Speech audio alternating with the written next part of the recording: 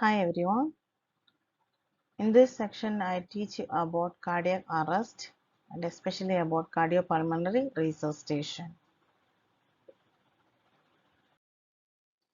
First, see what is cardiac arrest. Cardiac arrest is a sudden, unexpected cessation of adequate pumping action of heart. That is, I repeat again. Cardiac arrest is a sudden, unexpected cessation of adequate pumping action of heart and consequently an inadequate circulation to maintain life in a patient who was not expected to die.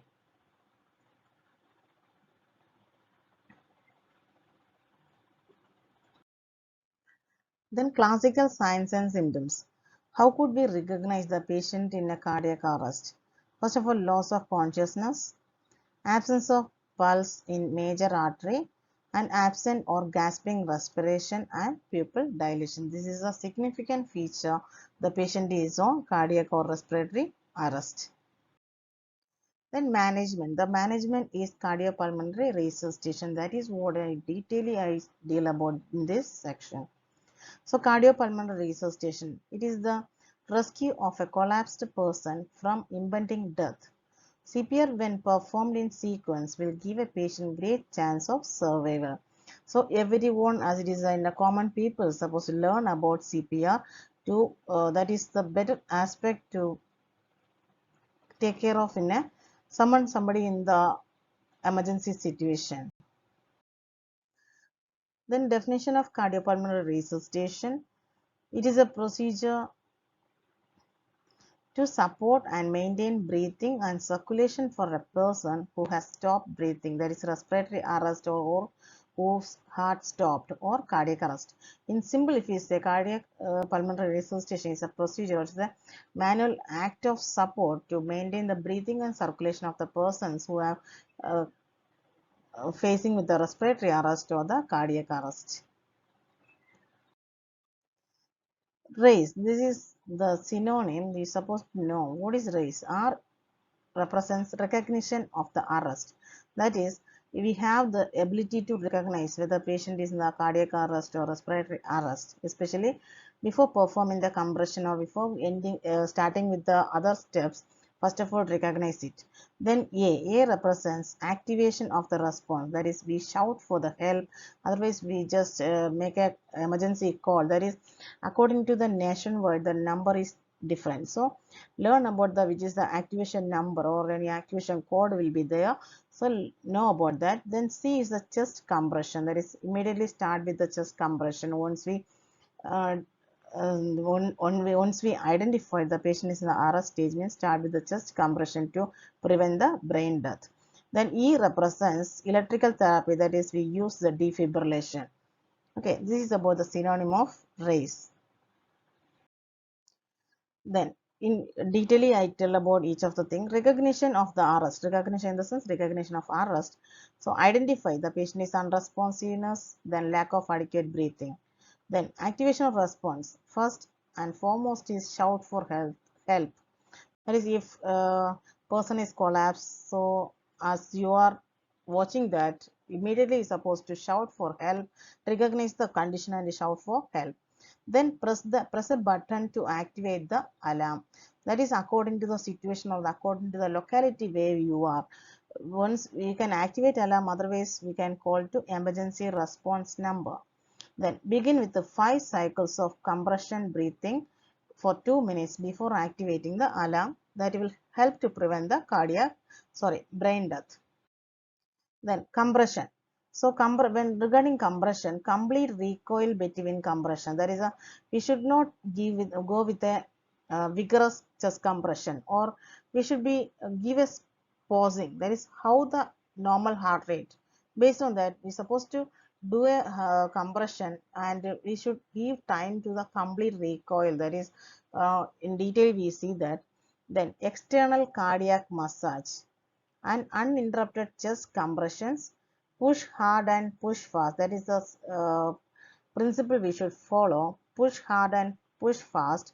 That is hard in the sense that depress the sternum at least 5 centimeters at the rate of 100 per minute. that is 2.5 inches, otherwise 5 centimeter depth we supposed to compress. Then fast in the sense at the minimum of 100 beats per minute or 100 compression per minute. Then study resuscitation with only compression had better outcome. Then airways. Next is the airway. Airway, the appropriate position of head and jaw. Especially we follow head tilt and chin lift method to clear airway and remove any obstruction. The patient is unconsciousness means we have to maintain the airway by head tilt and chin lift method. That is in the picture it is shown there. First of all, we supposed to tilt the head and lift the chin. The next is a cervical spine. If you are suspecting the patient may develop cervical spine injury means we should not proceed with the head tilt chin lift method. We are supposed to follow jaw thrust method. If suspect cervical spine injury, then follow jaw thrust method. This is the method that will help to for the better progress. The next is the breathing. Breathing, there is a breathing at the rate of 8 to 10 breath per minute. Then ratio of compression to breath is 30:2. That is 30 chest compression followed by 2 respiration or 2 breath. Then we can use the techniques of mouth-to-mouth breathing or self-inflating bag with oxygen more than 40% concentration at 10 to 12 liter per minute. This is how we can maintain the breathing. Then defibrillation. Defibrillation, which refers to the simultaneous depolarization. Already know depolarization in the sense systole, otherwise contractions. So simultaneous depolarization of the entire myocardium using DC current. That is what we do with the defibrillation. Then shockable rhythms. We should recognize the shockable rhythms. The shockable rhythms are ventricular fibrillation or pulseless ventricular tachycardia. Then in defibrillation, we use biphasic defibrillation as well as monophasic defibrillator. In biphasic defibrillation, we use the joule energy level of 120 joule to 200 joule. And in case it is a monophasic, we use 360 joule. Then resume CPR immediately beginning with the chest compression. As it is in between, we given defibrillation. Immediately after defibrillation, we continue with the chest compression and we analyze the rhythm. This is what about defibrillation. Then in case of pulseless electrical activity, pulseless electrical activity which is caused by reversible conditions and can treated successfully if those are identified and corrected. So here we see what are the situations that leads to electrical activity. Pulseless electrical activity. That is, you should remember this 6H. 6H in the sense hypoxia, hypovolemia, hydrogen, and that is acidosis, hypo or hyperkalemia, hypoglycemia, and hypothermia. Similarly, 6T. 6T's are toxins, tension pneumothorax, tamponade, thrombosis, and thrombosis, pulmonary thrombosis, coronary thrombosis, and trauma.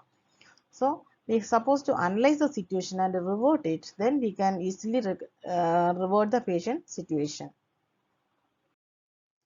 Next is the approaches. That is a cardiopulmonary resuscitation. We have mainly two approaches. That is basic life support. That is BLS. Otherwise, we say basic cardiac life support (BCLS) and advanced cardiovascular life support. These are the two approaches we have according to American Heart Association. So, what are the guidelines of AHA for BCLS? That is, AHA represents American Heart Association. So, what's the guidelines according to them? First of all, recognition. Recognition is we supposed to recognize the patient, that is patient is unresponsive, no breathing, no normal breathing, no pulse, palpated within 10 seconds. Then CPR sequence, compression, airway, breathing. Then compression rate is 100 to 120 per minute and the depth is at least 2 inches in the sense 5 centimeter. Then ventilation, when rescuer is untrained or trained and not proficient means perform with the compressions only. This is a simplified BLS algorithm by American Heart Association. So what this says, first of all, recognize the patient, that is, recognize the patient is unresponsive, no breathing or no normal breathing. Then immediately we should activate the emergency response. So if you know the number, ring to that number, otherwise shout for help and all, or activate the alarm. And for getting the defibrillator, by the time start CPR, that is, start with the chest compression. Then once the defibrillator arrives, till then we supposed to continue this compression, that is CPR, that is that is the criteria we follow: push hard and push fast. That is, push in the depth of 2 inches, that is 5 centimeter, and in the speed of 100 to 120 beats per, that is compression per minute. Then once the defibrillator arrives, check the rhythm. Then check for whether the rhythm is shockable. Shockable rhythm means if it will be supposed to be ventricular fibrillation or pulseless ventricular tachycardia. Then if it is shockable, deliver the shock. Otherwise, repeat with the chest compression. So in detail about the adult BLS algorithm, first step is patient will be unresponsive, then no breathing or no normal breathing. Then similarly activate the emergency response system, get automated external defibrillator or send second rescuer if available. Then third step is check the pulse. If the definitive pulse within 10 seconds, give one breath every 5 to 6 seconds or recheck the pulse every 2 minutes. If there is a definite pulse, means go to this, and no pulse, begin cycle of 30 compressions and 2 breaths, that is 30:2. Then once the automated AED, automated external defibrillator or defibrillator arrives, check the rhythm is shockable or not. If the rhythm is shockable, give one shock, resume CPR immediately for 2 minutes. Then if it is a not shockable, resume CPR immediately for 2 minutes. Check rhythm every 2 minutes and continue until advanced ALS provider, that is ACLS, advanced cardiac life support providers, take over the victim to start to move. The next is the ACLS, that is advanced cardiac life support. So it is conducted after the basic life support, and in this invasive assessment and management techniques are needed. It may include early defibrillation, establishing adequate airway, establishing intravenous catheter, ECG monitoring, pharmacologic therapy, laryngeal mask or ET intubation. So that is the advanced cardiac life support, that is, these all the things they include in the advanced cardiac life support. The components are airway maintenance, oxygenation and ventilatory support, arrhythmia monitoring and therapy. So according to American Heart Association, what is the guidelines for advanced cardiac life support? That is a continuous quantitative waveform capnography, then an increased emphasis on physiologic monitoring of patients, atropine, which is no longer recommended in managing pulseless electrical activity or asystole, adenosine is recommended for monomorphic wide complex tachycardia, then systematic post-cardiac arrest care with a multidisciplinary management and assessment of the neurologic and physiologic status of the patient. And airway maintenance, that is along with the BCLS techniques, advanced airway maintenance, that is we use airway or intubate it. So advanced techniques also we adopt to maintain the airway in ACLS. Here we see the ACLS algorithm. First, shout for help or activate emergency response. Then as a first step, start CPR, give oxygen, attach monitor or defibrillator. Because in ACLS we are in a fully equipped situation, so we can along with the CPR or along with the just a compression, we can administer oxygen. We can connect the patient to monitor and we can verify, or through the monitor we can analyze the electrical activity and we can see the defibrillation. Then next, check for the rhythm, whether the rhythm is shockable or not. If the rhythm is shockable, then it will be ventricular fibrillation or VT. Then deliver the shock. Soon after, continue with CPR for 2 minutes, and also intravenous and intraoral access supposed to be maintained. Then on the other side, if it is a not shockable, that is asystole or pulseless electrical activity, continue with the CPR for 2 minutes. By the time, administer epinephrine every 3 to 5 minutes and consider advanced airway capnography. Shockable energy in the sense, the shock, if we are using biphasic, then we can administer the level 120 joule to 200 joules. Then if it is a monophasic, means we give 360 joule during the defibrillation. Then continue with that. Further CPR, we check for the rhythm, whether it is shockable or not. If it is shockable, we deliver the shock. Immediate, followed by continue with the CPR for 2 minutes. Administer epinephrine every 3 to 5 minutes and consider advanced airway and capnography. Similarly, again check the rhythm. If it is a shockable, deliver the third episode of shock. On the other side, if it is a not shockable, we continue with the CPR and treat reversible cause. And similarly follow with the 10 and 11 steps.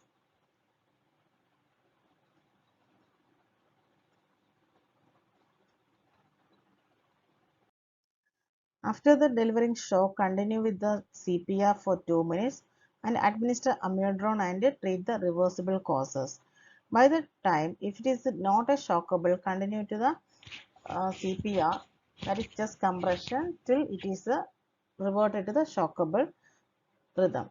Then the thing we supposed to note, if the no sign of return of spontaneous circulation, go to 10 or 11, that is continue with the CPR. And if return of spontaneous circulation means, go to post cardiac arrest care. This is what the American Heart Association, the logarithm, otherwise the pathway of advanced cardiac life support. Then see the pharmacological management. Already said in ACLS, we use along with the CPR or defibrillation, we use certain medicines. They are epinephrine, vasopressin, amiodarone, lidocaine, and magnesium sulfate. First of all, vasopressors. Vasopressors we use are adrenaline. Adrenaline is an alpha adrenergic effect. It leads to vasoconstrictor, increased coronary and cerebral perfusion. The dose is 1 milligram every 3 to 5 minutes and endotracheally 2 to 2.5 milligram diluted in 5 to 10 ml of water. Next is a vasopressin. Vasopressin is a non-adrenergic peripheral vasoconstrictor, causes coronary and renal vasoconstriction. The half-life of vasopressin is 20 minutes and study shows there is no difference in effect of both drugs. This is the amiodarone. Amiodarone is the antiarrhythmic drug, 5 milligram per kilogram body weight. Indicated for ventricular fibrillation or pulseless ventricular tachycardia or unresponsive to shock and CPR and vasopressor. Then bradycardia and hypertension can occur. Next is a lignocaine. If amiodarone is not available, we can administer 1 to 1.5 milligram per kilogram intravenously initial dose. Then magnesium, which terminate Tosades the points, is also antiarrhythmic drug. Next, we administer IV fluids. IV fluids is indicated if we suspect patient has hypovolemic shock. Then concurrent hemodialysis. If we patient develops with any acute renal injury or acute kidney injury, go with the hemodialysis. Then the things which is not recommended by AHA according to 2010 updation onwards, that is atropine, sodium bicarbonate, calcium, and fibrinolytic therapy is not indicated. This is about cardiac arrest, especially cardiopulmonary resuscitation. Here I explained about the what are the strategies, what are the sequence of CPR, and what are the steps we supposed to adopt, and what is the um, American Heart Association, their algorithm for the basic life support as well as advanced cardiac life support, and also include the drugs which we use in the advanced cardiac life support. I hope you understood about this and follow this channel, also subscribe and share with your friends. Thank you.